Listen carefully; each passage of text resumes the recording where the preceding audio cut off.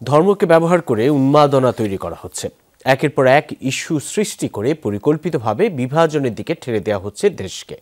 শহীদ doctor মিলন দিবসের আলোচনায় এই মন্তব্য করেছেন বিএনপি মহাসচিব মির্জা ফখরুল ইসলাম আলমগীর। অন্য অনুষ্ঠানে বিএনপি নেতারা বলেন, ছাত্রলীগ, যুবলীগ ও আওয়ামী লীগের নেতাকর্মীরা হিন্দু সম্প্রদায়ের লোক সেজে অস্থিতিশীলতা সৃষ্টির চেষ্টা করছে।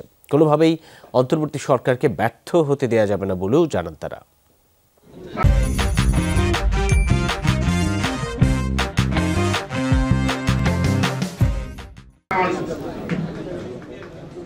জাতীয় প্রেস ক্লাবে ডাক্তার মিলন দিবস উপলক্ষে আয়োজিত আলোচনা সভায় বিএনপি মহাসচিব প্রশ্ন রাখেন, অন্তর্বর্তী সরকারের বয়স মাত্র ৩ মাস পেরিয়েছে, এরই মধ্যে এত দাবি কেন?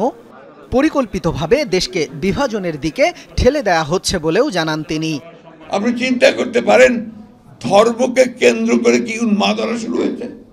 আর কতই বিভাজন নিয়ে, আর কতই ঘৃণা নিয়ে আমরা বাংলাদেশকে টেনে উপরে তুলবার চেষ্টা করব।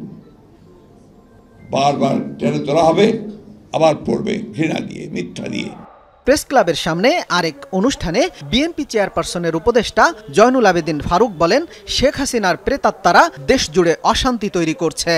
সেই শেখ হাসিনা এখন বাংলাদেশে নাই প্রিয় ভাইরা, কিন্তু বাংলাদেশে আবারও তার প্রেতাত্মা, তার লোকজন ষড়যন্ত্র শুরু করেছে। সামান্য একটি বিষয় নিয়ে আজকে আমার এক বন্ধুকে প্রাণ দিতে হয়েছে। রাজধানীর মিরপুরে গণ অভ্যুত্থানে নিহত ও আহতদের পরিবারের সাথে সাক্ষাৎ করেন বিএনপির সিনিয়র যুগ্ম মহাসচিব রিজভী আহমেদ। এ সময় তিনি বলেন, শেখ হাসিনার রেখে যাওয়া অবৈধ টাকায় দেশে অস্থিরতা সৃষ্টি করা হচ্ছে। গতকাল কয়েকজনকে গ্রেপ্তার করা হয়েছে এই সংগঠনটির কয়েকজন নেতাকে। এরা সবাই যুবলীগ, ছাত্রলীগের নেতা। তারা হিন্দু সম্প্রদায়ের লোক সেজে এর মধ্যে ঢুকে, এই সংগঠনটির মধ্যে ঢুকে সারা দেশে অস্থিতিশীলতা তৈরি করার চেষ্টা করা হচ্ছে।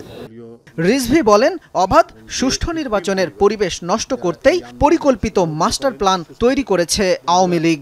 ফ্যাসিস্টদের এই পরিকল্পনা কোনোভাবেই বাস্তবায়ন হতে দেওয়া যাবে না। পরিকল্পিত মাস্টার প্ল্যান বাংলাদেশে বাস্তবায়ন করা যাবে না।